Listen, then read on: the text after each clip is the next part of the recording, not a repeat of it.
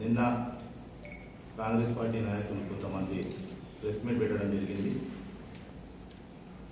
దాంట్లో ముఖ్యంగా మాజీ శాసనసభ్యులు గౌరవనీయులు పెద్దలు రోహిత్ రెడ్డి గారి పైన వాళ్ళు అభాండాలు మోపడం జరుగుతుంది. అసలు విషయం ఏంటంటే వారు జరిగినటువంటి ఇన్సిడెంట్లను అన్నింటినీ కూడా తప్పుదో పట్టిస్తూ ప్రజలకు రోహిత్ రెడ్డి గారే తప్పు చేసిందనే విధంగా వాళ్ళు ప్రొపగండా చేయడానికి ప్రయత్నం చేస్తూ ఉన్నారు. ముఖ్యంగా మున్సిపల్ ఎలక్షన్ జరిగిన తర్వాత కౌంటింగ్ 13వ తారీఖు సెన్మాస్కుల్లో జరిగినప్పుడు మరి ఇంకా 5 వార్డుల ఫలితాలు రావాల్సిన అవసరం ఉండే. అట్లాంటి సమయంలో ఎమ్మెల్యే మనోహర్ రెడ్డి గారు మరియు వారి అనుచరులందరూ కూడా కౌంటింగ్ ప్రిమిసెస్లోకి పోయి మరి అక్కడ 5 వార్డులకు సంబంధించిన ఫలితాలని తారుమారు చేయాలనే ఒక దురుద్దేశంతో వారు పోవడం జరిగింది. దాన్ని అక్కడ ఉన్నటువంటి మా నాయకులందరూ కూడా మా రోహిత్ రెడ్డి గారి దృష్టికి తీసుకొని వస్తే తక్షణమే ఆయన కూడా బయలుదేరి దాన్ని అడ్డుకోవడానికి ప్రయత్నం చేసింది తప్పితే మేమేదో కొంత పోయి అక్కడ గలాట చేయాలని చెప్పేసి అక్కడ ఉన్నటువంటి వారిని మేము ఇబ్బంది పెట్టాలని చెప్పేసి మా ఉద్దేశం కాదు. వారు ఎట్లా వాళ్ళకి అనుమతించారు. ఎందుకంటే ఉదయం నుండి మేము అక్కడనే ఉన్నాం.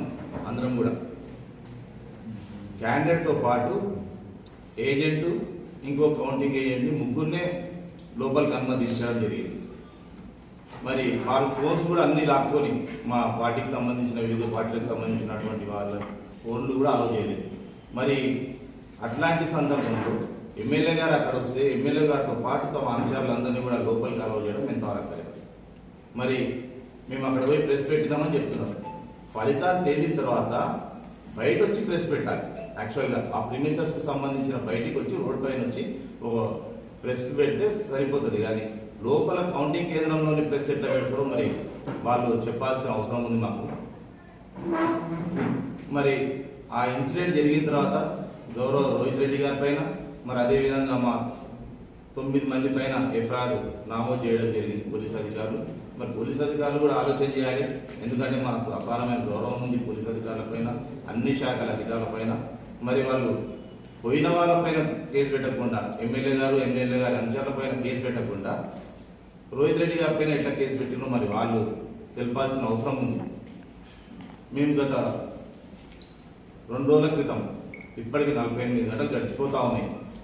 మేము మా పెద్దలు మున్సిపల్ ఇన్ఛార్జ్ అయినటువంటి శ్రీశైల్ రెడ్డి సార్ గారు, మరి అదేవిధంగా ఆసిఫ్ గారు అందరం కూడా వెళ్ళి పోలీస్ స్టేషన్లో మేము కంప్లైంట్ చేయడం జరిగింది. అక్కడికి వెళ్ళినటువంటి మనోహర్ రెడ్డి గారి పైన కానీ, అక్కడికి వెళ్ళినటువంటి పురుషోత్తమరావు సార్ గారి పైన కానీ, మరి అదేవిధంగా మాజీ మున్సిపల్ చైర్మన్ స్వప్న పరిమళ పైన కానీ, మరి అదేవిధంగా డిసిసిబి అధ్యక్షులు దారాసింగ్ పైన కానీ, ఇంకా వివిధ వ్యక్తులు రవిగౌడ్ పైన కానీ, వీళ్ళందరిపైన కూడా మేము కూడా కంప్లైంట్ చేయడం జరిగింది. మరి ఇంతవరకు ఎలాంటి చర్యలు తీసుకోలేదు. మరి వాళ్ళపైన కూడా కేసు నమోదు చేయాల్సిన అవసరం ఎంతైనా ఉంది. మరి అదేవిధంగా మీరు చూసినట్టయితే గత 75 సంవత్సరాల నుండి తాండూరు చరిత్రలో ఎప్పుడు కూడా ఒక మాజీ ఎమ్మెల్యే పైన కేసు నమోదు చేసినటువంటి దాఖలాలు ఎప్పుడు లేవు. మనం మాణిక్రావు గారి కాడ నుండి తీసుకుంటే, మనం చిన్నారెడ్డి గారి కాడ నుండి వాళ్ళు గెలిచిన తర్వాత ఓడిపోయినటువంటి మాజీ ఎమ్మెల్యేలు కానివ్వండి, కంటెస్ట్ చేసిన అభ్యర్థులు కానివ్వండి, ఎవరిపైన కూడా ఇట్లా కేసులు నమోదు చేసి వాళ్ళపైన అక్రమ కేసులు బనాయించి వాళ్ళని అంగదొక్కాలని చూసినటువంటి సందర్భం తాండూరు చరిత్రలో ఎప్పుడు కూడా లేదు. ఎందుకంటే చిన్నారెడ్డి గారు చెట్టి చంద్రశేఖర్ గారి పైన కూడా ఎప్పుడు కేసు నమోదు చేయలేదు. మరి అదే దాని తర్వాత బాస్పల్లి సారెడ్డి గారి పైన కూడా ఎప్పుడు కేసులు నమోదు చేయలేదు మాణిక్రావు గారు. చంద్రశేఖరరావు గారు మరణించిన తర్వాత మహేందర్ రెడ్డి గారు ఇక్కడికి వెళ్ళి ఎమ్మెల్యే గెలవడం జరిగింది. మరి మహేందర్ రెడ్డి గారు కూడా ఎప్పుడు కూడా నారాయణరావు గారి పైన కానివ్వండి, మాణిక్రావు గారి పైన కానివ్వండి, ఇంకా వేరే నాయకుల పైన కానీ కూడా ఎప్పుడు వాళ్ళు కేసులు నమోదు చేయలేదు. చంద్రశేఖరరావు గారు ఎప్పుడైతే గెలిచిన తర్వాత ఎమ్మెల్యే అయిన తర్వాత అప్పుడు పసారం శాంతకుమార్ గారు ఎమ్మెల్యేగా పోటీ చేయడం జరిగింది తెలుగుదేశంలో. మరి అటువంటి సందర్భంలో కూడా పసారం శాంతకుమార్ పైన కూడా వాళ్ళు ఎప్పుడు కేసులు నమోదు చేయలేదు. మహేందర్ రెడ్డి గారు ఓడిపోయిన తర్వాత 2019లో మరి అప్పుడు ఉన్నటువంటి రోహిత్ రెడ్డి గారు కూడా మహేందర్ రెడ్డి పైన కూడా ఎప్పుడు కూడా కేసులు నమోదు చేయలేదు. మహేందర్ రెడ్డి గారు కూడా నారాయణరావు గారి పైన ఎప్పుడు కేసులు నమోదు చేయలేదు. మరి ఈరోజు కొత్త సంస్కృతి తీసుకొని వస్తున్నారు తాండూరు. మాజీ ఎమ్మెల్యే పైలట్ రోహిత్ రెడ్డి గారు పోయింది ఎందుకు అక్కడికి?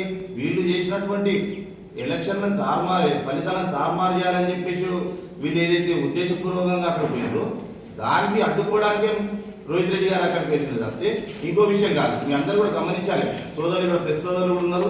ఆ రోజు జరిగింది ఇన్సిడెంట్ కూడా ప్రజలకు తీసుకోవాల్సిన అవసరం కూడా మీ పైన ఉంది. కాబట్టి మేము చెప్పదలుచుకుంది ఒకటి, ఇప్పటికైనా కూడా మీరు కరెక్ట్గా ప్రజలకు అందుబాటులో ఉండి ప్రజలకు సేవ చేయాలి తప్పితే మీరే అక్రమాలు అన్యాయాలు చేసి దౌర్జన్యాలు చేసి ప్రజలకు పోయి ప్రజలను ఇబ్బందులకు గురి చేయడం మాత్రం సరైన పద్ధతి కాదని చెప్పేసి ఇప్పుడు ఈ ప్రెస్ మీట్ ద్వారా మేము తెలియజేస్తా ఉన్నాం. మరి అదేవిధంగా 11వ తారీఖు పోలింగ్ జరిగిన రోజు వార్డు నంబర్ 23కు సంబంధించి ఆ రోజు బుయ్యాని శ్రీనివాస్ రెడ్డి గారు కూడా వివిహెచ్ఎస్ పోలింగ్ స్టేషన్లో దూసుకుపోవడం జరిగింది. అక్కడ ఉన్నటువంటి మహిళా ఎస్ఐ పైన ఎంత దురుసుగా ప్రవర్తించారు, ఎంత వల్గర్ గా మాట్లాడినా మనం అందరం చూసాం. అధికారులు అడుగు తెలుస్తుంది. అక్కడ వచ్చినటువంటి ప్రెస్ సోదరులు కూడా ఆ రోజు అన్ని గమనిస్తున్నారు. మరి వారిపైన ఎందుకు చర్యలు తీసుకుంటలేరు? మరి వారిపైన కూడా చర్యలు తీసుకోవాలి. ఆ జరిగిన సందర్భంలో కూడా రోహిత్ రెడ్డి గారు ఇమీడియట్ అక్కడ పోయి దాన్ని అడ్డుకోవడం జరిగింది. కాబట్టి మేము చెప్పదలుచుకుంది ఒకటే, పోలీస్ అధికారులు కూడా కరెక్ట్గా నిర్ణయం తీసుకోండి. మీరు ప్రజలకు సేవ చేయాల్సిన అవసరం ఉంది. మీ పైన మాకు గౌరవం ఉంది. మేము పోలీస్ స్టేషన్కి వెళ్ళినప్పుడు గౌరవ సిఐ గారు అక్కడ లేరు ఆ సందర్భంలో. లేకపోతే మేము ఇచ్చిన కంప్లైంట్ ని తీసుకున్న తర్వాత వాళ్ళు వెయిట్ చేయమని చెప్పి మేము దాదాపుగా 45 నిమిషాలు పోలీస్ స్టేషన్లో వెయిట్ చేసినాం. మేము ఆ రోజు వెయిట్ చేసిన తర్వాత అన్ఫార్చునేట్ గా అప్పుడు ఏదో ఒక సందర్భంలో డిఎస్పీ గారు పోలీస్ స్టేషన్ రావడం, ఆయన విధుల్లో భాగంగా మరి డిఎస్పీ గారు వచ్చిన తర్వాత మేము డిఎస్పీ గారిని అడిగితే సరే కంప్లైంట్ తీసుకుంటే మాకు ఎక్నాలజ్మెంట్ ఇవ్వండి అంటే మరి ఇమీడియట్ గా రెస్పాండ్ అయ్యి డిఎస్పీ గారు మాకు ఎక్నాలజ్మెంట్ ఇవ్వడం జరిగింది. సో మేమనేది ఏంటంటే పోలీస్ అధికారులు కూడా మీరు కరెక్ట్ గా పనిచేయండి. మీ పైన మాకు గౌరవం ఉంది, న్యాయ వ్యవస్థ పైన మాకు గౌరవం ఉంది. ఇప్పుడు మీరు తప్పుడు కేసులు పెట్టినంత మాత్రాన మేము దానికి భయపడి మేము పారిపోవడాలు చేయడాలు ఇవన్నీ చేయము. మాకు న్యాయ వ్యవస్థ ఉంది, న్యాయ వ్యవస్థ పైన మాకు నమ్మకం ఉంది. మేము చట్టం ముందు ఎరబోతాము, న్యాయ వ్యవస్థ ఎరబోతాము, మేము పోరాడతాము. ఇవన్నింటిని కూడా కేసులకి వెళ్ళి బయటకు వస్తామని